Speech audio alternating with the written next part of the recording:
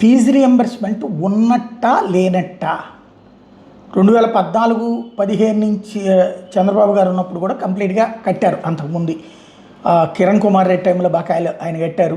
అలాగే ఆ తర్వాత జగన్ వచ్చాక చంద్రబాబు గారి టైంలో బకాయిలు కట్టారు. వీళ్ళు అధికారంలోకి వచ్చాక జగన్ టైంలో బకాయిల్ని కొంత కట్టామని చెప్తున్నారు. బట్ ఫస్ట్ ఇయర్ ఫీజులు కట్టలేదని చెప్పేసి హాల్ టికెట్లు ఆపారు, ఏడిపించారు. ఈ ఇయర్ ఏడిపిస్తే మొన్న ఒక 1200 కోట్లు రిలీజ్ చేశారు.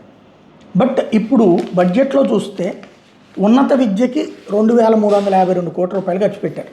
ఇప్పుడు మొన్న సాక్షి రాసిన కథనం అయితే 6000 కోట్ల రూపాయల దాకా బకాయిలు ఉన్నాయని, అది తీర్చి మళ్ళీ ఇప్పుడు 2500 కోట్లు కావాల్సి ఉంటుంది. అంటే ఇప్పుడు పాత బకాయిలు కట్టడం ఇక నుంచి టైంలు ఇస్తాము అని ఏమన్నా చెప్తారా, అట్లా కన్విన్స్ చేస్తారా, ఆ విధంగా లాస్ట్ 2 years దాన్ని అడక్కండి అని చెప్తారా ఏంటన్నదే అర్థం కావాల్సినటువంటి అంశం. దాని మీద స్పష్టత ఏమీ ఇవ్వలేదు.